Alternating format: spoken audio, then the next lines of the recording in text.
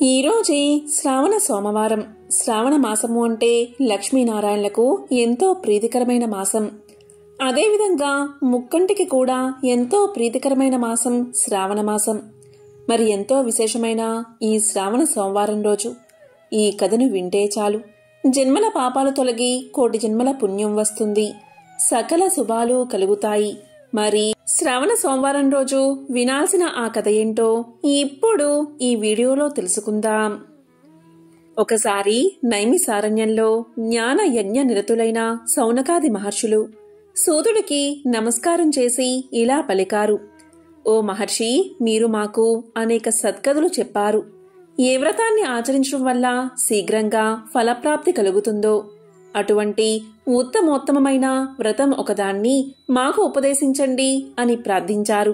అంతట సూతుడు ఇలా పలికాడు: మహాత్ములైన ఓ మహర్షులారా, ఒకరోజు కైలాసంలో దివ్య రత్న ఖచ్చిత సింహాసనంపై కూర్చుని ఉన్న పరమేశ్వరుణ్ణి పార్వతి ఏకాంతంలో ఇలా ప్రశ్నించింది: స్వామి, నేను మీ వద్ద అనేక శాస్త్రాలను, ఆగమ విద్యలను నేర్చుకున్నాను. సర్వకాల సర్వావస్థల్లోనూ అల్ప ప్రయాస చేయి మహత్తరమైన ఫలాన్ని ప్రసాదించు వ్రతం ఒకటి నాకు ఉపదేశించండి అని కోరింది. అది విని మందహాసంతో సదాశివుడు ఇలా చెప్పాడు: ప్రియా, నీ ప్రశ్న ఉచితంగాను లోకోపకారిగానూ ఉన్నది. లోకహితం కోరిన నీకు ఒక శ్రేష్టమైన వ్రతం చెప్తాను అంటూ ఇలా చెప్పసాగాడు. నక్షత్రాల్లో సూర్యుడు, గ్రహాల్లో చంద్రుడు, నదులన్నిటిలో గంగానది, ఇంద్రియాలలో మనసు ఏ విధంగా శ్రేష్టమైనదో వ్రతాలంటిలో ఈ సోమవార వ్రతము అత్యంత శ్రేష్టమైనది. ఈ వ్రతానికి షోడశ సోమవార వ్రతము అనే పేరు. దీని మహిమలు వర్ణించడం అసాధ్యం. భక్తిపూర్వకంగా దీన్ని ఆచరించువారు ఏది కోరుకుంటారో దాన్ని వారు శీఘ్రంగా పొందుతారు. ముత్తైదువులు అఖండ సౌభాగ్యాన్ని పొందుతారు. రోగులకు సంపూర్ణ ఆరోగ్యం కలుగుతుంది. ఎడబాసిన భార్యాభర్తలు ఒకరినొకరు చేరుకుంటారు. ఈ విధంగా ఇది పరమ మహిమాన్వితమైన వ్రతము అని చెప్పాడు పరమేశ్వరుడు. అంతటా పార్వతి, స్వామి, దయచేసి ఈ వ్రతాన్ని ఆచరించే విధానాన్ని అనుగ్రహించండి అని ప్రార్థించింది. అప్పుడు పరమేశ్వరుడు ఇలా చెప్పాడు: ప్రియా, ఇది భక్తిపూర్వకంగా ఆచరించవలసిన వ్రతం. ఈ వ్రతాన్ని ఆచరించడానికి ఆషాఢ మాసపు పౌర్ణమి నుంచి కార్తీక మాసపు పౌర్ణమి వరకు వచ్చే 4 నెలలు అంటే చాతుర్మాసాలు ప్రాశస్తమైనవి. ఆ రోజుల్లో వచ్చే 16 సోమవారాల్లో ఈ వ్రతం శ్రేష్టమైనది. సోమవారం రోజు ఉపవాసం ఉండాలి. ప్రసాదం స్వీకరించడంలో తప్పులేదు. ప్రాతకాలమునే స్నానాది నిత్యకర్మలను ముగించుకోవాలి. పుట్టమన్నుతో శివలింగం తయారు చేసుకోవాలి. వెండి, ఇత్తడి వంటి శ్రేష్టమైన లోహాలతో చేసిన లింగాన్ని కూడా ఉపయోగించవచ్చు. బిల్వ పత్రాలు అంటే మారేడు దళాలు, పుష్పాలు, ధూప దీపాదులను సిద్ధం చేసుకోవాలి. నైవేద్యం కొరకు గోధుమ నూకను వేపి ముద్ద చేసి దానికి కావలసినంత నెయ్యి, బెల్లము కలిపి ఉండలు చెయ్యాలి. ఈ వ్రతానికి కావలసిన ప్రసాదం ఇదే. ప్రసాదాన్ని శివుడికి నైవేద్యం పెట్టి దాన్ని 3 భాగాలుగా చెయ్యాలి. భక్తులకు 1, పశువులకు 1. ఈ వ్రతాన్ని ఆచరించే వారికి 3వది పంచాలి.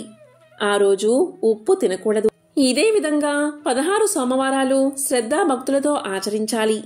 17వ సోమవారం రోజున ఉద్యాపన చెయ్యాలి. 16 సోమవారాల యందు పూజించిన మట్టి లింగాలను 17వ సోమవారం నాడు జలమునందు వదిలేయాలి. ఆ రోజున బ్రాహ్మణులకు అన్నదానము యథాశక్తి చెయ్యాలి. ఈ విధంగా వ్రత విధానాన్ని పరమేశ్వరుడు పార్వతికి ఉపదేశించాడు. అది విన్న పార్వతి ఇలా పలికింది: స్వామి, ఈ వ్రత విధానము చెప్పి నన్ను అనుగ్రహించారు. దీన్ని ఎవరెవరు ఆచరించి ఎటువంటి ఫలాన్ని పొందగలిగారో వివరంగా తెలపండి స్వామి అని ప్రార్థించింది. అంత శివుడు వ్రత పూజా ఫలాన్ని చెప్పడం ప్రారంభించాడు. ఓ పార్వతి, చాలా కాలం క్రితం ఈ వ్రతాన్ని ఆచరించడం వల్ల నీవే నన్ను భర్తగా పొందావు. గిరిజా కళ్యాణ సంఘటన ఇంకా నాకు జ్ఞాపకమున్నది. నీకు నేను పతి కావలను అనే ఉద్దేశంతో నీవు ఘోరారణ్యంలో తీవ్రమైన తపస్సు చేశావు. అప్పుడు దేవతలు, సప్తఋషులు నా వద్దకు వచ్చి, ప్రభు, నిన్నే నమ్మి తపస్సు చేస్తున్న హైమవతిని అనుగ్రహించరాదా, ఆలస్యమెందుకు అని ప్రార్థించారు. అప్పుడు నేను బ్రహ్మచారి రూపంలో వచ్చి నిన్ను పరీక్షించాను. నిన్ను సంబోధిస్తూ శివుడికున్న అవలక్షణాంటిని వర్ణిస్తూ, శివుడు విరూపి, అపవిత్రుడు, మొరటు వ్యక్తి, అతన్ని తప్ప వేరెవరినైనా వివాహం చేసుకోరాదా అని పరిహసించాను. దానికి నీకు పట్టరాని కోపం వచ్చింది. కోపంలో కన్నులు ఎర్రబడి, శివనింద మహాపాపం, శివుడు లేకపోతే నేను బతకలేను, వేరొకరిని కన్నెత్తి కూడా చూడను అన్న నీ దృఢ నిశ్చయాన్ని ఖచ్చితంగా తెలిపావు. అప్పుడు నేను నా నిజ స్వరూపంతో నీ ముందు ప్రత్యక్షమయ్యాను. నీవు 16 సోమవారాల వ్రతాన్ని ఆచరించడం వల్లే నీ కోరిక తీరింది. గిరిజా కళ్యాణం అతి వైభవంగా దేవఋషుల గంధర్వుల సమక్షంలో జరిగింది. ఈ విధంగా వ్రతాచరణ వల్ల నేను నీకు పతినయ్యాను అన్నాడు పరమేశ్వరుడు. అంతటా పార్వతి కూడా ఎంతో సంతోషించి, స్వామి, నాకు కూడా జ్ఞాపకముంది. అయినను ఆ వ్రత మహిమ మీ ముఖతః లోకానికి అందించడానికే ఈ ప్రశ్న వేశాను. నావలే వేరెవరు ఈ వ్రతాన్ని ఆచరించి పుణ్యఫలాన్ని పొందారో చెప్పండి అని ప్రార్థించింది. అప్పుడు సదాశివుడు ఇతర సంఘటనలను ఇలా చెప్పడం ప్రారంభించాడు. సీమంతిని చంద్రాగదుల కథ. చాలా కాలం క్రితం భరతఖండంలో పుణ్యాత్ముడైన చిత్రవర్మ అనే రాజు ఉండేవాడు. ఆయనకు పుత్రులు అనేక మంది ఉన్నారు.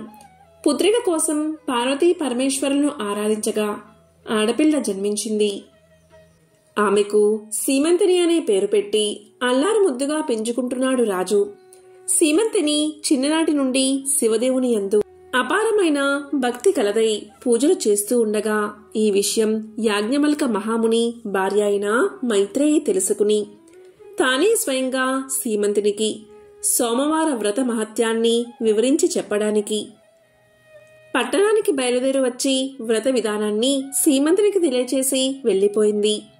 ఆ రోజు నుంచి రాజకుమార్తె సోమవార వ్రతాన్ని భక్తి శ్రద్ధలతో చేస్తూ సదాశివుణ్ణి పూజిస్తూ వ్రతకథ చదువుతూ దినదిన ప్రవర్ధమానంగా పెరుగుతూ ఉంది. ఇలా ఉండగా అంగదేశాన్ని ఇంద్రసేనుడు అనే మహారాజు పాలిస్తూ ఉన్నాడు. ఆ రాజుకు చంద్రాగదుడు అనే కొడుకు కలడు. ఆ చిన్నవాడు సకల విద్యలు నేర్చుకుని పెళ్లియుడికి వచ్చాడు. చంద్రాగదునకు వివాహం చెయ్యాలి అనే తలంపుతో ఇంద్రసేన మహారాజు తన కొలువులో ఉన్న మంత్రి, పురోహిత సామంతులతో యువరాజైన చంద్రాగదునకు ఎక్కడైనా తగిన చిన్నదాన్ని చూడమని చెప్పి వారిని దేశ దేశాలకు పంపాడు. వారు అనేక దేశాలు తిరిగి చివరకు చిత్రవర్మ మహారాజు యొక్క పట్టణాన్ని చేరుకున్నారు. ఆ రాజుకు సీమంతిని అనే కుమార్తె కలదని పరిచారకుల వల్ల తెలుసుకుని రాజదర్శనానికై ఆస్థానానికి చేరుకున్నారు. అంత రాజు, మంత్రి, పురోహితులను గౌరవించి తమరు వచ్చిన పని ఏమిటి అని అడిగాడు. మహారాజా, మాది అంగదేశం. మా ఇంద్రసేన మహారాజు గారికి చంద్రాగదుడు అనే కొడుకు ఉన్నాడు. అతనికి తగిన కన్య గురించి తిరుగుతూ తమ పుత్రికా రత్నమైన సీమంతినీదేవి గుణగణాలు తెలుసుకుని ఇక్కడకు వచ్చాము. ఇదిగో మా యువరాజు చిత్రపటము అని చూపించారు. రాజు ఆ చిత్రపటాన్ని కుమార్తెకు చూపించి ఆమె సమ్మతికి సంతోషించి కళ్యాణ ముహూర్తం నిశ్చయించి మహావైభవంగా వివాహం జరిపించాడు. ఇలా వివాహమైన కొంతకాలానికి ఒక రోజున చంద్రాగదుడు తన వినోదపు చెలికాండ్రతో యమునా నదీ తీరమున నావపై షికారు చేస్తున్న సమయంలో దురదృష్టవశాత్తు ఆ నావ నీటిలో మునిగింది. చంద్రాగదుడు తప్ప మిగిలినవారు చనిపోయారు. చంద్రాగదుణ్ణి నాగకన్యలు పట్టుకుని తమ రాజు అయిన తక్షకుని వద్దకు తీసుకుపోయారు. అప్పుడు తక్షకుడు చంద్రాగదుణ్ణి చూసి ఇలా పలికాడు. ఇతనెవరు, ఇక్కడకు ఎందుకు తీసుకువచ్చారు అని అడిగాడు. దానికి నాగకన్యలు, మాకు తెలియదు. నీటి ప్రవాహంలో కొట్టుకుని పోతూ ఉండగా మాకు చిక్కడం వల్ల మీ వద్దకు తీసుకువచ్చాము అని సమాధానం చెప్పారు. అంతన తక్షకుడు దివ్య దృష్టి వల్ల చంద్రాగదుని వృత్తాంతం తెలుసుకుని ఇలా పలికాడు. ఇతడు సామాన్యుడు కాదు. ఇతని ధర్మపత్ని సీమంతినీదేవి శివుణ్ణి ఆరాధిస్తూ సోమవార వ్రత ప్రభావం గల మహాపతివ్రత. అందువల్లే ఇతడు నీటిలో పడిపోయినా ప్రాణాలు విడవక మీకు చిక్కడం వల్ల అతనికి ఏ విధమైన అపాయమూ కలగలేదు అని నాగకన్యలకు చెప్పాడు తక్షకుడు. ఈ సంభాషణంతా వింటున్న చంద్రాగదుడు భయపడుతూ దిక్కులు చూడసాగాడు. అంత తక్షకుడు చంద్రాగదుని వీపు చరిచి ధైర్యం కలగజేసి తన దగ్గర ఉన్న విలువైన మణులు ఇచ్చి ఆ మణుల యొక్క ప్రభావం కూడా తెలియజేసి భూలోకానికి సాగనంపాడు.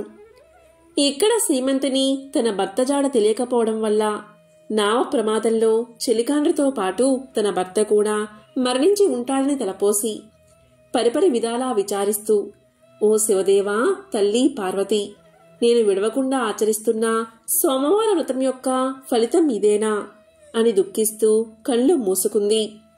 అప్పుడు స్వప్నంలో జగజ్జనని ఇలా పలికింది, అమ్మాయి, నీ భర్తకు ఏదీ భయం లేదు, విచారించకు, సజీవుడై ఉన్నాడు, త్వరలో నీ చెంతకు వస్తాడు అని చెప్పి అంతర్ధానమయ్యింది. అంతలో ఆమె మేల్కొని స్వప్నంలో దేవి చెప్పిన వాక్యాలు వృధా కావని మనసున ధైర్యం చేసుకుని యథాప్రకారంగా సోమవార వ్రతం చేస్తూ ఉండగా దివ్య ప్రభావం గల మణులతో చంద్రాగదుడు తన దేశానికి తిరిగి వచ్చాడు.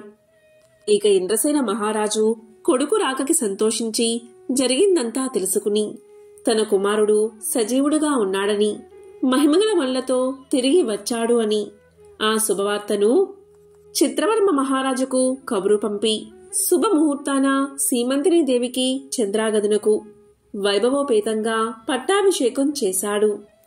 ఇక సీమంతిని దేవి చంద్రాగదులు తమ దేశ ప్రజలకు సోమవార వ్రత ప్రభావం గురించి, శివదేవుని మహిమల గురించి బోధిస్తూ ధర్మ మార్గాన రాజ్యపాలన చేస్తూ ఉన్నారు.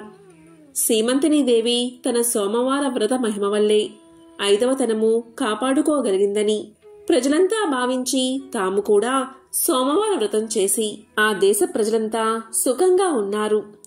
మైత్రేయి ఉపదేశించిన ప్రకారం చెప్పింది చెప్పినట్లుగా సీమంతిని భక్తి శ్రద్ధలతో శివపార్వతులను ఆరాధించి సోమవార వ్రతాన్ని చేయడం వల్లే ఎడబాసిన పతిపత్నులు వ్రత మహిమ వల్ల మరలా ఒకటయ్యారు.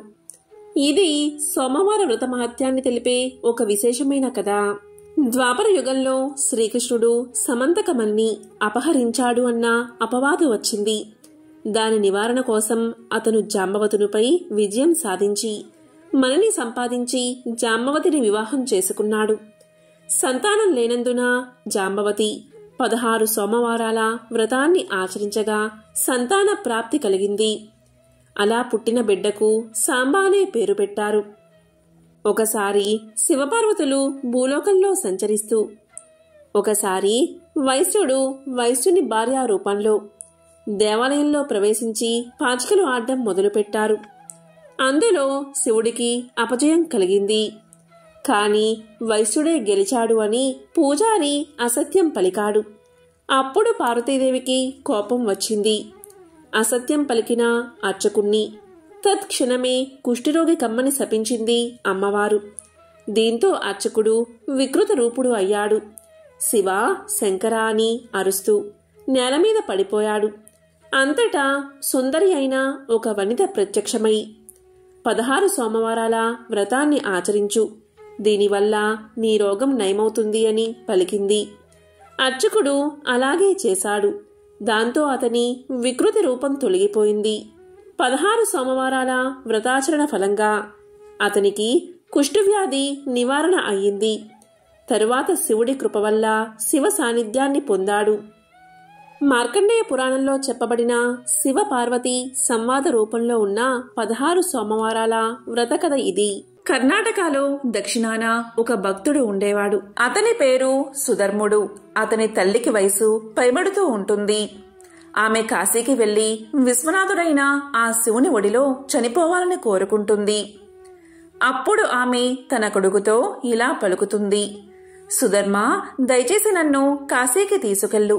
నాకు వయసు పైబడుతుంది. నేనక్కడికి వెళ్లి చనిపోవాలి అనుకుంటున్నాను అని అంటుంది. అప్పుడు సుధర్ముడు ఇలా అనుకుంటాడు, నా తల్లి నా జీవితంలో ఎప్పుడూ కూడా నన్నేమీ కోరలేదు. ఒక్క కాశీకి మాత్రమే వెళ్లాలని కోరింది. కాబట్టి తప్పనిసరిగా ఆమె కోరికను నేను నెరవేర్చాలి అనుకుంటాడు సుధర్ముడు. దీంతో సుధర్ముడు తన తల్లితో పాటు దక్షిణ కర్ణాటక నుంచి కాశీకి అడవుల గుండా నడుస్తూ సుదీర్ఘ ప్రయాణాన్ని మొదలు పెడతాడు. సుధర్ముడి తల్లి ముసలావిడ కావడంతో ఆమెకు సుస్థి చేస్తుంది.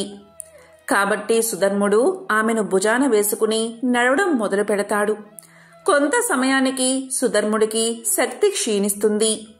ప్రయాణాన్ని కొనసాగించడానికి అతనికున్న ఒకే ఒక్క మార్గం, శివ, ఈ ఒక్క ప్రయత్నంలో నన్ను ఓడిపోనివ్వద్దు. నా తల్లి నన్ను అడిగిన ఒకే ఒక్క కోరిక ఇది. దీన్ని నువ్వే నెరవేర్చాలి. నేను నా తల్లిని కాశీకి తీసుకెళ్లాలి. మేము అక్కడికి వస్తున్నది నీకోసమే కదా, దయచేసి నాకు బలాన్ని ఇవ్వు అని వేడుకున్నాడు. అలా నడుస్తూ ఉండగా సుధర్ముడికి వెనుక నుంచి వస్తున్న ఒక ఎద్దుల బండి గంట శబ్దం వినిపించింది. ఆ పొగమంచులో నుండి ఒక ఒంటెద్దు బండి వస్తూ కనబడింది.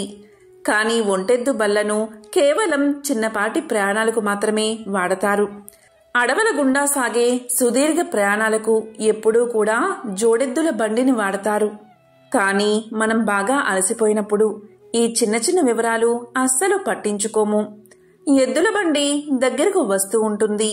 కాని పొగమంచు వల్ల, ఇంకా బండిని నడిపేవాడు పూర్తిగా వస్త్రాలతో కప్పబడి ఉండడం వల్ల సుధర్ముడు ఆ నడిపే అతని ముఖం చూడలేకపోతాడు. అప్పుడు సుధర్ముడు ఇలా అంటాడు, మా అమ్మకి అస్సలు బాగోలేదు. ఖాళీగా ఉన్న మీ ఎద్దుల బండిలో మమ్మల్ని ప్రయాణం చేయనివ్వండి అని ప్రాధేయపడతాడు. అప్పుడు ఎద్దుల బండివాడు సరే అని తల ఊపుతాడు. ఇద్దరూ బండి ఎక్కుతారు. బండి ముందుకెళ్లడం ప్రారంభిస్తుంది. కొంత సమయం గడిచాక సుధర్ముడు అడవి మార్గంలో కూడా ఈ ఎద్దుల బండి ఎంతో మృదువుగా వెళ్లడం గమనిస్తాడు.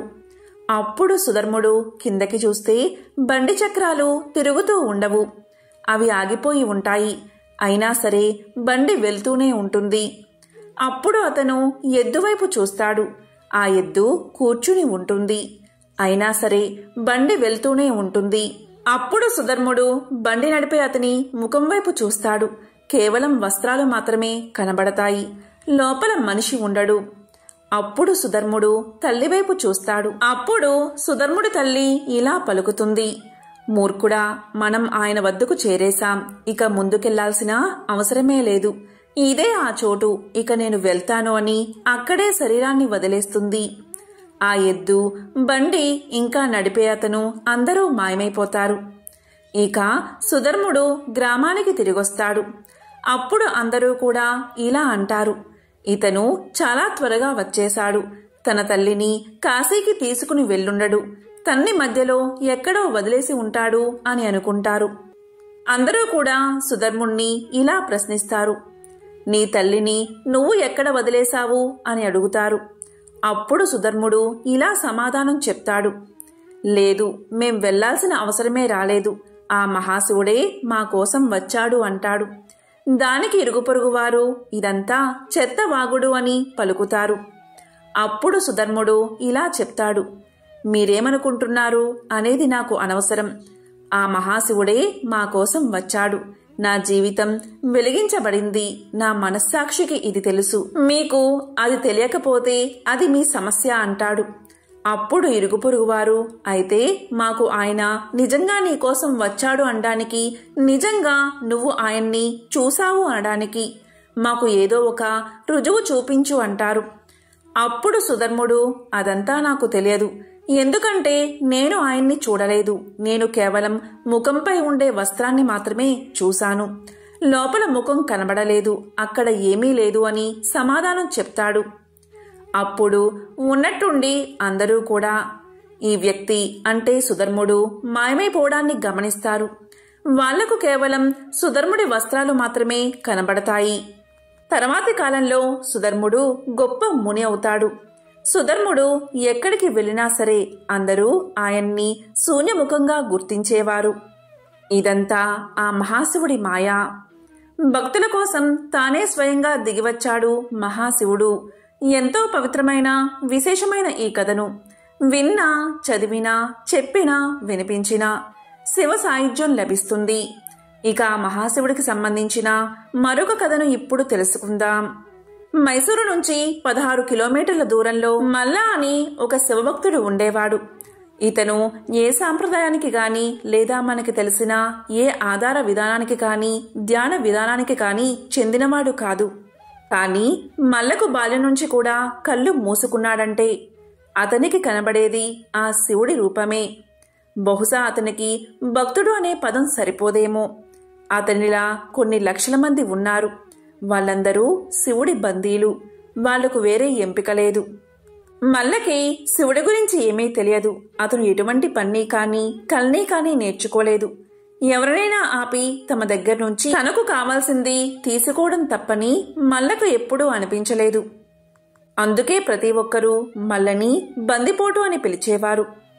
ప్రజలకి ఉన్న ఏకైక అరణ్య మార్గంలో అతను నిత్యము కూడా బందిపోటు దొంగతనాలకు పాల్పడుతూ ఉండేవాడు. మల్ల అలా బెదిరించి లాక్కునే చోటు కల్లన మూలై అని ప్రసిద్ధి చెందింది. కల్లన మూలై అంటే ఆ దొంగ యొక్క ప్రదేశమని. మొదట్లో అందరూ కూడా మల్లను శపించేవారు. కానీ సంవత్సరం చివరికి వచ్చేసరికి అతను ప్రజల నుంచి లాక్కున్న ప్రతి పైసాని కూడా మహాశివరాత్రి వేడుకలు చేయడానికి ఖర్చు పెట్టేవాడు. ఒక పెద్ద వేడుక చేసేవాడు. కాబట్టి కొన్ని సంవత్సరాలు గడిచాక అందరూ మల్లను గొప్ప భక్తుడిగా గుర్తించి ఆయనకి స్వచ్ఛందంగా చందాలు ఇవ్వడం మొదలు పెడతారు. ఎవరైతే స్వచ్ఛందంగా ఇవ్వడానికి ముందుకు రారో వాళ్ళని ఇచ్చేలా బలవంతం చేయడంలో తప్పేమీ లేదనుకునేవాడు మల్లా. కొన్ని సంవత్సరాల తర్వాత అన్నదమ్ములైన 2 యోగులు ఆ దారిన వస్తూ ఉన్నారు. వాళ్ళు అలా వస్తూ బందిపోటు దొంగ అయిన మల్లని చూసి ఇలా పలికారు.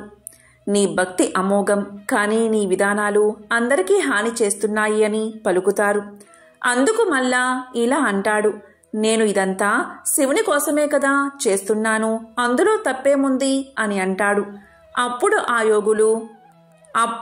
యోగులు తమ యోగ బోధ ద్వారా మల్లను సన్మార్గంలో పెడతారు. అప్పట్నుంచి ఆ ప్రదేశం కల్లన మూలై నుంచి మల్లన మూలై అయిపోయింది. మల్ల జరిపించిన మహాశివరాత్రి వేడుకలు అక్కడొక పెద్ద సాంప్రదాయంగా మారిపోయింది. అతను తన బందిపోటు దొంగతనాలను విడిచిపెట్టి కళ్ళు మూసుకుని కూర్చోవడం మొదలుపెట్టిన సంవత్సరాల కాలంలో మహాసమాధి పొందాడు. ఈ విధంగా మల్లకు ముక్తి లభించాక అదే రోజున ఈ 2 యోగులు కూడా కూర్చుని తమ శరీరాలను వదిలేశారు. ఈ రోజుకి కూడా కబినీ నది తీరాన వారి కోసం కట్టిన మల్లన మూలై అనే గుడి ఉంది. కుబేరుడు యక్షరాజు. యక్షులంటే మధ్యస్థ జీవాలు. వాళ్ళిక్కడి జీవమూ కాదు, అలాగే పరానికి చెందిన జీవమూ కాదు. వాళ్ళు మధ్యస్థితిలో ఉండేవాళ్ళు. లంకాధిపతి అయిన రావణుడు కుబేరుణ్ణి లంక నుంచి బయటికి వెళ్ళగొడతారు. దాంతో కుబేరుడు మహాశివుణ్ణి ప్రార్థించగాని మహాశివుడు కుబేరుడికి రాజ్యాన్ని ఇస్తాడు. అదేవిధంగా సంపదలకు అధినాయకుడిగా చేస్తాడు. ఈ విధంగా కుబేరుడు శివుడికి మహాభక్తుడవుతాడు. ఒకరోజు కుబేరుడు శివుని దగ్గరకు వచ్చి, మహాశివ, నీకు ఏం చెయ్యమంటావో చెప్పు, నేను నీకు ఏదొకటి చెయ్యాలి అనుకుంటున్నాను అంటాడు. అప్పుడు శివుడు ఇలా పలుకుతాడు, ఓహో, నువ్వు నా కోసం ఏం చెయ్యలేవు. నా కోసం నువ్వు ఏం చెయ్యగలవు? నాకు ఏమీ అక్కర్లేదు, నేను బాగానే ఉన్నాను అని చెబుతాడు. తరువాత గణపతిని చూపుతూ ఇలా అంటాడు శివుడు, నా కుమారుడు గణపతికి ఎప్పుడూ ఆకలి వేస్తూనే ఉంటుంది. అతన్ని తీసుకెళ్లి బాగా భోజనం పెట్టు అంటాడు మహాశివుడు. దానికి కుబేరుడు, అలాగే మహాశివ, అది నాకసలు సమస్యే కాదు అని గణపతిని భోజనానికి తీసుకువెళ్తాడు. కుబేరుడు గణపతికి భోజనం వడ్డిస్తాడు. గణపతి తింటూనే ఉంటాడు. అలా తింటూనే ఉంటాడు. కుబేరుడు వందలాది వంట మనుషులను పనిలో పెట్టి అపారమైన ఆహారాన్ని వండిస్తాడు. గణపతి అంతా తినేస్తాడు. దాంతో కుబేరుడు ఇలా పలుకుతాడు, ఓ గణేశ, ఆగు, ఈ విధంగా తింటే నీ పొట్ట పగిలిపోతుంది అంటాడు. దానికి గణపతి, నువ్వేమీ బెంగపడుకు కుబేరా, ఈ పామును చూశావా? నా పొట్ట చుట్టూ ఎలా అల్లుకుందో. నా పొట్ట గురించి నువ్వు బెంగపడాల్సిన అవసరం లేదు. నాకు ఇంకా ఆకలిగా ఉంది, భోజనం తెప్పించు. నువ్వే కదా నా ఆకలి గురించి చూసుకుంటాను అన్నావు అంటాడు గణేశుడు.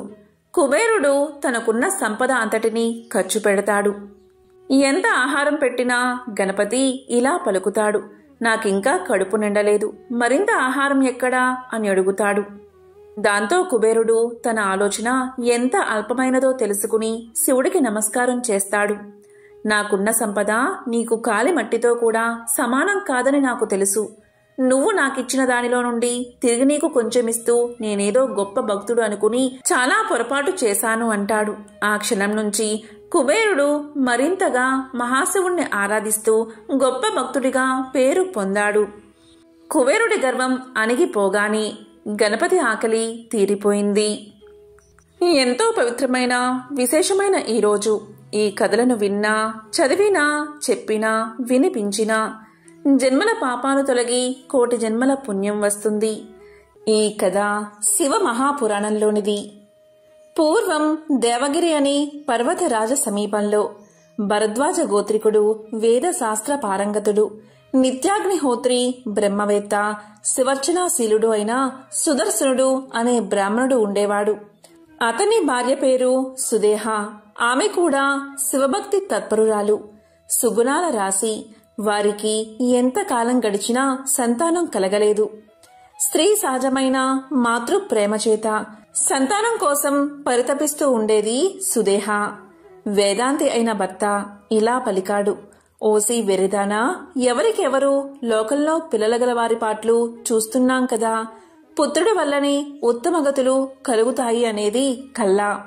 మనం చేసుకున్న కర్మలే ఇహంలో సుఖదుఖాలకు, పరంలో ఉత్తమ లోకాలకు కారణం అవుతాయి. మానవ సంబంధాలు రుణానుబంధాలే కాని ఇతరమేమీ కావు.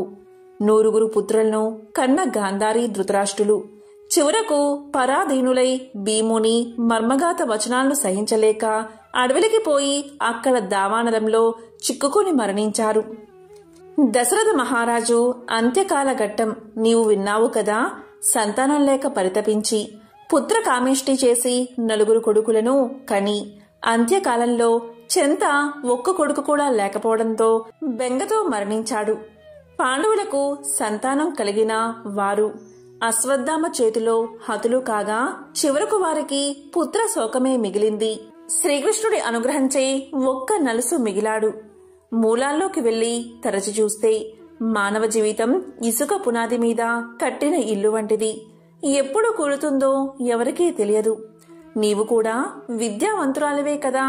రామాయణం మొత్తానికి శ్రీరామచంద్రుడు, భారతం మొత్తానికి భీష్ముడు తప్ప తల్లిదండ్రుల యందు భక్తి ప్రపత్తులు చూపిన తనయులు ఉన్నారంటావా చెప్పు. ఇంతకీ ఈశ్వర సంకల్పం ఎలా ఉందో అంటూ సాంత్వన వచనాలు పలికి ఓదార్చేవాడు. ఆ దంపతులు సంతానం కొరకు చేసిన ప్రయత్నాలన్నీ వ్యర్థం కాగా ఒక రోజున సుదేహ ముఖ్యంగా పుత్ర సంతాన కాంక్షను అతిక్రమించలేక భర్తను ద్వితీయ వివాహానికి ప్రోత్సహించింది. దానివల్ల వచ్చే అనర్థాలను సుధర్ముడు ఆమెకు ఎన్నో విధాలా చెప్పి చూశాడు.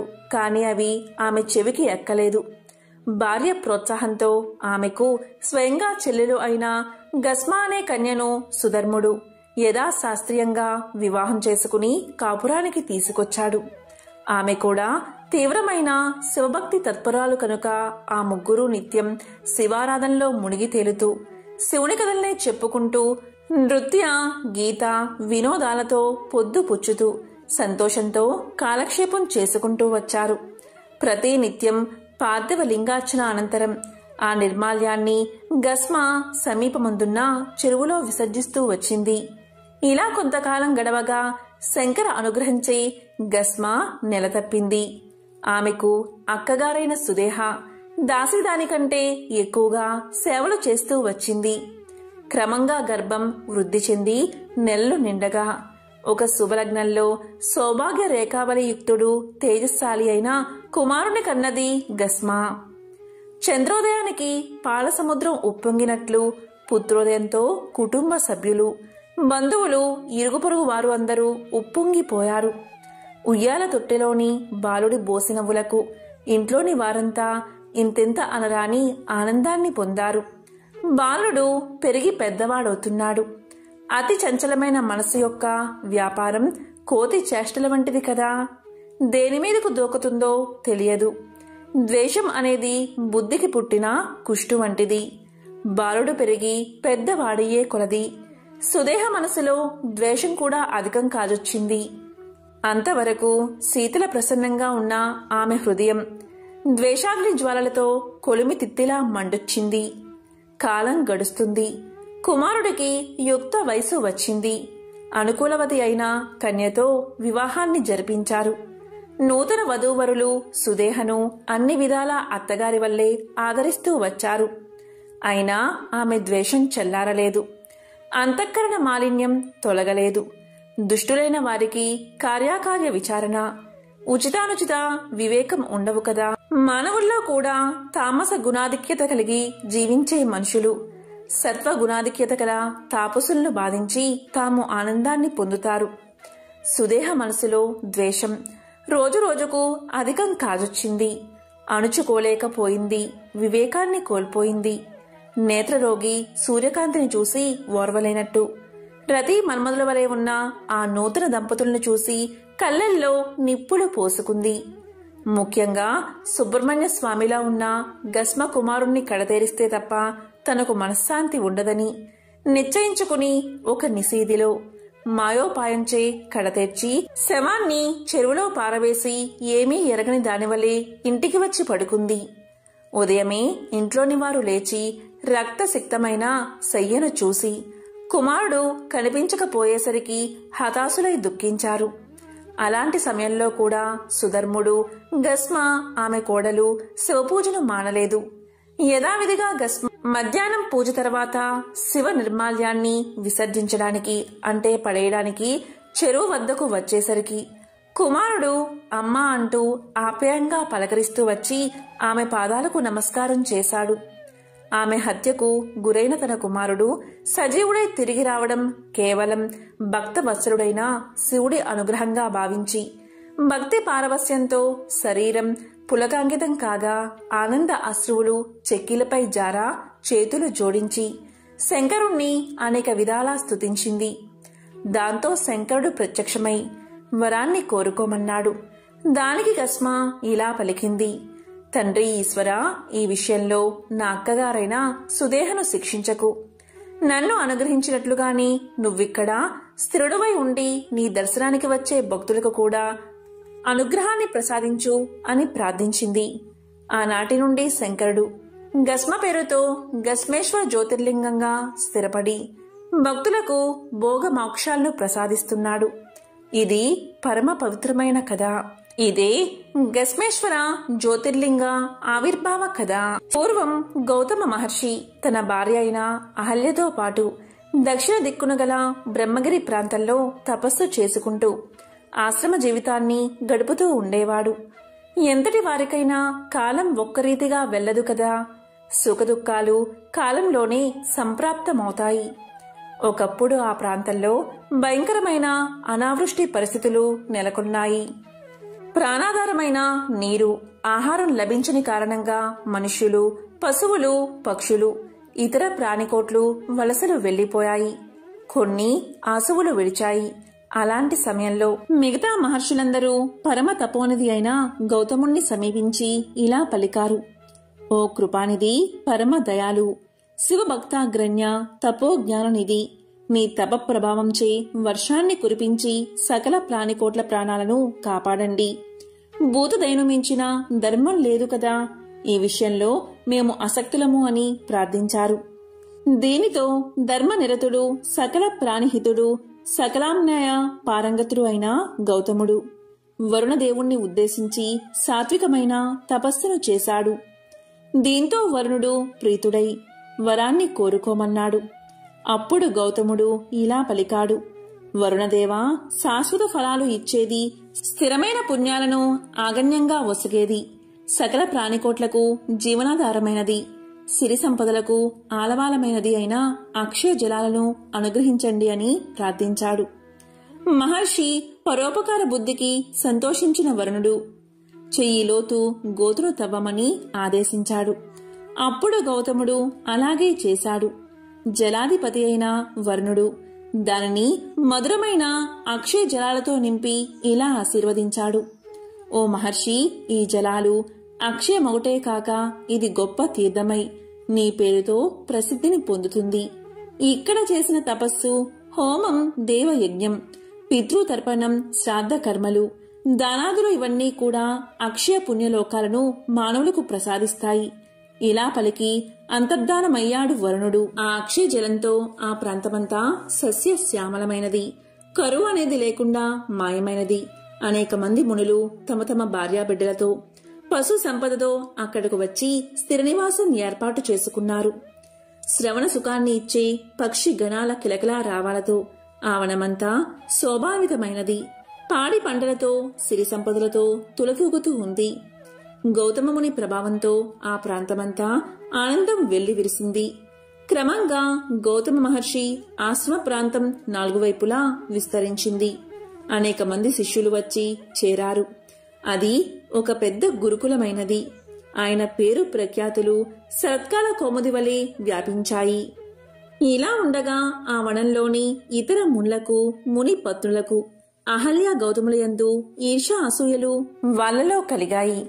ఎంతటి వారైనా అరిషడ్వర్గాలను జయించలేరు, ఈర్ష్య అసూయలను అణుచుకోలేరు. వారందరూ అహల్య గౌతములను అక్కడి నుంచి పంపించేయాలి అనే విషయంలో ఏకాభిప్రాయానికి వచ్చారు. వారు తమ తపశక్తిచే బక్కచిక్కిన ఒక మాయాగోవును సృష్టించి గౌతముని ఆశ్రమంలోనికి తోలారు. ఆ ఆవు గౌతముని పంట పొలంలో పడి మేస్తూ ఉండగా గౌతముడు చూచి ఎండుగడ్డి పరకలతో దాన్ని అదిలించాడు. గడ్డిపోచు తగలగాని ఆ మాయాగోవు మరణించింది.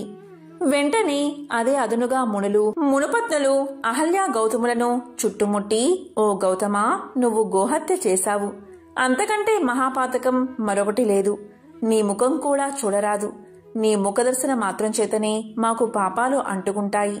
నువ్విక్కడ ఉంటే మా కర్మకండ అంతా వ్యర్థమే. అవి ఫలాలను ఇవ్వవు. ఇంద్రాది దేవతలు మా హవిస్సులను స్వీకరిస్తారనేది పైన కల్లా. ఇక నీవు నీ కుటుంబంతో శిష్యులతో కలిసి కాశీ నగరానికి వెళ్ళిపో. అక్కడ నిత్యుడు శాశ్వతుడు అయిన విశ్వేశ్వరుడు ఉన్నాడు. సకల కల్మషహరణి అయిన గంగ ఉంది. శాశ్వతంగా అక్కడ ఉండిపో అని నిందించారు. ఇంకా అనేక నింద్యా వాక్యాలను పలికి దూషించారు. మునుల కాపట్యాన్ని గ్రహించలేని గౌతముడు భార్యతో కలిసి కాశీ నగరానికి చేరుకున్నాడు. చేరుకుని తీవ్రమైన తపస్సుకు ఉపక్రమించాడు. దీంతో శివుడు ప్రత్యక్షమై గౌతమ మునికి బ్రహ్మగిరిని చేరుకుని అక్కడే తపస్సును కొనసాగించమని చెప్పాడు. గౌతముడు కాశీ నగరాన్ని వదిలి కొద్ది రోజులు పయనించి భార్యతో కలిసి బ్రహ్మగిరికి వచ్చి చేరాడు. వచ్చి ఆ పర్వతానికి 101 సార్లు ప్రదక్షిణం చేసి గౌతమీ తీర్థం చెంత కూర్చుని మట్టితో పార్థివలింగాన్ని నిర్మించి ప్రతిష్ఠ చేసి యథావిధిగా అర్చించడం మొదలుపెట్టాడు. ఆయన భార్యా శిష్యులు కూడా ఆయనకు తోడుగా నిలిచారు. ఆయన సద్బుద్ధికి మెచ్చిన శంకరుడు పార్వతితో ప్రమద గణాలతో కూడి ప్రత్యక్షమై ఇలా పలికాడు. ఓ గౌతమముని, పరోపకార పరాయణుడివైన నీవు ధన్యుడివి, కృతార్థుడివి, సర్వకాలాల్లోని పాపరహితుడివి. మీ దంపతుల నామస్మరణ మాత్రం చేతనే మానవులు పాప విముక్తులు అవుతారు. అట్టిచో మీకు పాపం ఎక్కడిది? నీ తపశక్తిని చూసి సహించలేని కొందరు కృతజ్ఞులు ఈ నీచపు పనికి సిద్ధపడి మాయాగోవును సృష్టించి అభిచార క్రియచే దాన్ని వారే చంపి ఆ హత్యా నేరాన్ని నీ మీద మోపి నిన్ను బహిష్కరించారు. ఏ దుర్మార్గులైతే నీకు ఆపదను కలిగించారో వారే పాపాత్ములు, దురాచారులు, కృతజ్ఞులు అవుతారు. గోహత్య మహాపాపం వారిని చుట్టుకుంటుంది. వారికి ఎక్కడైనా నిష్కృతి లేదు. ఈ పాప కార్యానికి ఒడిగట్టిన వారు 5. మిగిలిన వారు మాయలో పడ్డారు. నీకు ఏం వరం కావాలో కోరుకో అన్నాడు శంకరుడు. గోహత్యా పాపంతో కుమిలిపోతున్న గౌతముడు అందరములలో వింటూ ఉండగా మహాదేవుడు పలికిన ప్రేమ దయార్థ వచనాలకు సంతోషించి ఇలా ప్రార్థించాడు. ఓ మహేశ్వర, ఆ 5 మునులు నాకు మహా ఉపకారం చేశారు. వారలా చేసి ఉండకపోతే నీ దర్శనం నాకు లభించి ఉండేది కాదు కదా. నాకింత మహద్భాగ్యాన్ని కలిగించిన వారు ధన్యులు. నీ శిరస్సు మీది గంగను ఇక్కడ విడిచి లోకోపకారం చెయ్యి. నేనింతకంటే కోరేదేదీ లేదు అని పలకగానే భక్తవత్సలుడైన గంగాధరుడు సంతోషించి తన జటాజూటమునందలి గంగను అక్కడ విడిచి దానికి పుష్కర ప్రభావాన్ని కల్పించాడు. దేవతలు మరియు అక్కడి శివభక్తులైన మునుల కోరికచే తానక్కడ త్రయంబకేశ్వర నామంతో జ్యోతిర్లింగ స్వరూపంగా ఉండిపోయాడు. గౌతముణ్ణి శంకరుడు ఇలా ఆశీర్వదించాడు. ఓ మహర్షి, ఇక ఈ పైన ఈ జలాలు అక్షయంగా ప్రవహిస్తాయి. ఇది గొప్ప తీర్థమవుతుంది. ఈ దివ్యవాహిని నీ పేరుతో గౌతమీ నదిగా దక్షిణ భారత ఖండంలో ప్రసిద్ధి వహించి ప్రజలచే నిత్యం పూజలందుకుంటుంది. ఇది దక్షిణ గంగగా వాసికెక్కుతుంది. దీని మహిమ వర్ణనాతీతం. దీన్ని ఆశ్రయించిన మనుషులకు ఈ గంగా సకల సంపదలను ఇస్తుంది. ఇలా ఆశీర్వదించి అంతర్ధానమయ్యాడు మహేశ్వరుడు. పూర్వకాలంలో విదిశా పట్టణం ఉండేది. ఆ పట్టణం సర్వ సంపదలతో తులతూగుతూ ఉండేది. ఆ పట్టణంలోని వారందరూ విద్యావంతులే. ఆ పట్టణంలోని ప్రజలంతా ఆనందంగా జీవిస్తూ ఉండేవారు. ఆ పట్టణంలో ఒకరోజు ఒక బాలుడు మరణించాడు. అతను తల్లిదండ్రులకు ఏకైక పుత్రుడు. ఎంతో అందంగా ఉండేవాడు. ఆ పిల్లవాడి మరణం వల్ల తల్లిదండ్రులు ఎంతో రోదిస్తున్నారు. వారి బాధ చుట్టుపక్కల వారు చూడలేక ఎంతో దుఃఖిస్తున్నారు. చివరకు ఆ పసివాడిని శ్మశానానికి తీసుకుపోయారు. అక్కడ కూడా తల్లిదండ్రులు, బంధువులు ఎంతో విలపిస్తున్నారు. పాతి పెట్టకుండా కాలం వెళ్లబుచ్చుతున్నారు. కాని కార్యాన్ని చేయడం లేదు. అప్పుడు ఒక గెద్ద వారి దగ్గరకు వచ్చి వారితో ఇలా పలుకుతుంది. మీరు పిల్లవాడి శరీరం ఇక్కడ పెట్టి పెద్దగా ఏడవడం కాదు. అదిగో సూర్యుడు అస్తమిస్తున్నాడు. దెయ్యాలు, భూతాలు, ప్రేత పిశాచాలు భూమికి వచ్చే సమయమవుతుంది. వాటి వల్ల మీకు అపాయం కలగవచ్చు. పుట్టినవారు గిట్టక తప్పదు. మరణించిన వారి వెంట జీవించిన వారు పోరు కదా. జనన మరణాలు ప్రాణులకు సహజం. చనిపోయిన వారు మీరు ఏడ్చినంత మాత్రాన తిరిగి వస్తారా? ఇదంతా తెలిసి కూడా వెర్రివారిలా ఎందుకు ఏడుస్తున్నారు? ఏడుపు మాని ఇంటికి పొండి, లేకపోతే మీ ప్రాణాలకు హాని కలుగుతుంది అని గెద్ద శ్రద్ధగా చెప్పింది. గెద్ద మాటలకు వారంతా భయపడి వారంతా బాలుణ్ణి అక్కడే విడిచిపోతూ ఉంటారు. అంతలో అక్కడికి ఒక నక్క వస్తుంది. అది ఇలా పలుకుతుంది. గెద్ద చెప్పినవన్నీ అబద్ధాలే. దాని మాటలు నమ్మి మీరందరూ భయపడకండి. ఈ బాలుడు ఎంతో అందంగా ఉన్నాడు. చక్కని ముక్కుతో, అందమైన ముఖంతో చూడ చక్కగా ఉన్నాడు. ఇంతటి అందమైన బాలుణ్ణి విడిచి వెళ్లడానికి మీకు కాలు ఎలా వచ్చాయి? ఎంతో ఎత్తైన జుట్టుతో, బంగారం వంటి దేహంతో ఉన్న ఈ బాలుణ్ణి మీరు ఎలా మరుస్తారు? ఇంతటి అందమైన ఆకారం చనిపోవడం చూస్తే నాకే కన్నీళ్లు ఆగడం లేదు. కాబట్టి కొంత సమయం ఇక్కడే వేచి ఉండండి. దేవుడు క్రూరుడు కాదు కదా. దయ కలిగితే ఈ బాలుని బతికించవచ్చు. ఇంకా పొద్దు ఉన్నది, సమయం ఉన్నది కాబట్టి భయపడక మీరు ఇక్కడే ఉండండి. దయామయుడైన ఆ మహాశివుణ్ణి భక్తితో ప్రార్థించండి. అలా చేస్తే మీ పని ఫలిస్తుందని నక్క వారితో చెప్పింది. నక్క మాటలకు వారందరికీ ప్రాణం లేచినట్లు అయ్యింది. ఎంతో ఆశతో ఆ బాలుడి చుట్టూ కూర్చున్నారు. చేతులు బాలుడి దేహంపై పెట్టి నిమురుతున్నారు. భగవంతుణ్ణి ధ్యానిస్తూ కూర్చుని ఉన్నారు. ఆ బాలుణ్ణి తలుచుకుంటూ ఏడుస్తున్నారు. గెద్ద మళ్లీ వారి వైపు చూసి ఇలా పలికింది. మీరు వెర్రివారి వలె ఉన్నారు. నక్క టక్కరిది, బుద్ధి లేనిది, శవం వికృతమైనది. శవం కలతప్పింది. ప్రాణం తిరిగి రావడం అస్సలు జరగదు. యముడు చాలా గటికుడు, మూర్ఖుడు. మీరు ఎంత ఏడ్చినా అతని మనసు కరగదు. ఇక ఈ బాలుడిపై ఆశను వదిలేయండి. అతనికి మంచిగతులు కలగడానికి దాన ధర్మాలు చేయండి, శ్రాద్ధ కర్మలు చేయండి అని గద్ద హితోపదేశం చేసింది. గద్ద ఇలా చెప్తూ ఉండగా నక్క దాని మాటలకు అడ్డం వచ్చి ఇలా మొదలుపెట్టింది. ఈ గద్ద మాటలు శుద్ధ అబద్ధాలు. గద్ద మనసు క్రూరమైనది. దానికి ఏది వస్తే అదే మాట్లాడుతుంది. ఏ సమయంలో ఏం జరుగుతుందో ఎవరికి తెలుసు కనుక దయచేసి బాలుణ్ణి వదిలి వెళ్ళకండి. ఏ సమయంలో ఏం జరుగుతుందో ఎవరికీ తెలియదు కాబట్టి ఆ మహాశివుణ్ణి ప్రార్థించండి. మీ ప్రయత్నం విఫలమైతే అప్పుడే బాలుణ్ణి విడిచిపోండి.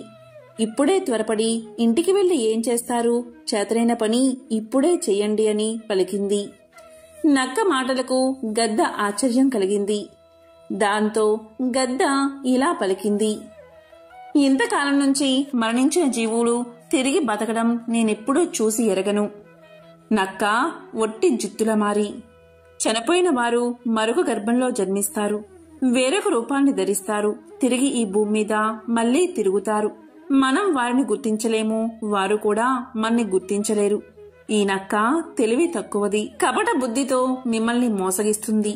శవం ఏమిటి, జీవించడం ఏమిటి, ఎవరైనా వింటే నవ్వుతారు. పుత్ర శోకం వల్ల మీ వివేకం చాలా వరకు నశించిపోయింది. ఉన్న కాస్త ఆ మతిని కూడా మీకు ఈ నక్క పోగొడుతుంది. అజ్ఞానులై మీరు ఇక్కడ ఉండవద్దని గద్ద చెప్పింది. ఆ మాటలు విన్నా అక్కడి వారు బోరున ఏడ్చారు, నిరాశ చెందారు, బిడ్డను విడిచిపోవాలని నిర్ణయించుకున్నారు.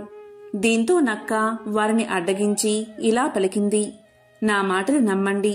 ఆ గద్ద మాటలు నమ్మితే చిక్కులో పడిపోతారు. మరణించి జీవించిన వారు చాలామందే ఉన్నారు. కరుణాసాగరుడు అయిన రఘురాముడు మరణించిన భూసుర కుమారుణ్ణి రక్షించలేదా? ఈ కథ మీరు వినలేదా? ఇలాంటివి అనేకం ఉన్నాయి. ఈ గద్ద మాటలను అస్సలు నమ్మకండి అని తెలియచేసింది. దీంతో అందరూ సంతోషించి శవం చుట్టూ కూర్చుని ఉన్నారు. ఇంతలో సూర్యుడు అస్తమించాడు. నక్క గద్ద ఆకలితో బాధపడుతున్నాయి. నక్క పగటిపూట ఆహారం తినదు, గద్ద చీకటిలో ఆహారాన్ని తినదు. వీళ్లంతా పగలు వచ్చారు కాబట్టి వీళ్ళని వెళ్ళమని చెప్తే ఆ బాలుణ్ణే తినవచ్చని గద్ద ఆలోచన. ఇక నక్క వీరు వెళ్తే పగలే ఆ బాలుణ్ణి గద్ద ఆరగించి తనకు చీకటి పడ్డాక ఆహారం లేకుండా చేస్తుందని తనకు వచ్చిన మాటలు చెబుతూ వారిని వెళ్లకుండా చేసింది. చీకటి పడ్డాక ఆ బాలుణ్ణి తినవచ్చని నక్క ఆలోచన. ఇలా గద్ద నక్క తమ తమ ఆకలి తీర్చుకోవడానికి వాదోపవాదనలు సాగించాయి. ఇక బాలుడి బంధువులు దుఃఖం వల్ల మది భ్రమించి ఉన్నారు. వారికి ఈ కపట తంత్రాలు అర్థం కాలేదు. ఇక సూర్యుడు అస్తమించాక శ్మశాన భూమిలో సంచరించడానికి శంకరుడు విచ్చేశాడు. అతను దయామయుడు, దీనులకు దిక్కు, మొక్కిన వారికి చిక్కులు లేకుండా చేస్తాడు. ఆ మహాశివుడు చూపే దయకు హద్దులు ఉండవు. ఆపద్బాంధవుడు, తలపై నెలవంకతో మొలపై పులితోలితో ఆ దేవుడు వెలుగుతూ ఉంటాడు. అలా వచ్చిన శంకరుడికి బాలుడు బంధువులు ఏడుస్తున్నా ఏడుపులు వినిపించాయి. వెంటనే వారి దగ్గర ప్రత్యక్షం అయ్యాడు. భక్తులారా, నన్ను శరణు వేడుతున్నారు, మీకు ఏం కావాలో కోరుకోండి అన్నారు. వెంటనే అందరూ కూడా మహాశివుడి పాదాలపై పడి సాష్టాంగ నమస్కారం చేశారు. భక్తి భావంతో కొలిచారు. దేవా, మహాదేవా, మా మొర ఆలకించి ప్రత్యక్షం అయ్యావా? నీ సన్నిధానంలో మా చిక్కులన్నీ విడిపోయాయి, మా రోగాలు తొలగిపోయాయి. ఈ బాలుడి ప్రాణాలు ఇచ్చి బతికించమని ప్రార్థించారు. వారి మొరకు శంకరుడి మనసు కరిగిపోయింది. వెంటనే బాలుడు నిద్ర నుంచి లేచినట్లుగా లేచి కూర్చున్నాడు. శంకరుడు ఇలా పలికాడు, ఈ బాలుడు నిండు నూరేళ్లు బతుకుతాడు అని చెప్పి ఆకలితో ఉన్న నక్క గద్దలకు అసలు ఆకలి బాధే తెలియకుండా వరాన్ని ప్రసాదించాడు. ఇలా వరాన్ని ప్రసాదించి శివుడు అంతర్ధానమయ్యాడు. సజీవుడైన బాలుణ్ణి చూసి ఎంతో ఆనందంతో అందరూ కౌగిలించుకున్నారు. కాబట్టి ఆ మహాశివుణ్ణి భక్తితో ఆరాధించిన వారికి ఆలస్యమైనా సరే ముక్తి లభిస్తుంది, కోరిన కోరికలు తీరతాయి. ఎంతో పవిత్రమైన విశేషమైన ఈ శ్రావణ సోమవారం రోజు ఈ కథలను విన్నా, చదివినా, చెప్పినా, వినిపించినా జన్మల పాపాలు తొలగి కోటి జన్మల పుణ్యం వస్తుంది, సకల శుభాలు కలుగుతాయి. ఓం నమఃశివాయ. ఓం నమో నారాయణాయ. ఓం శ్రీ మహాలక్ష్మియే నమః. ఓం శ్రీ మాత్రే నమః.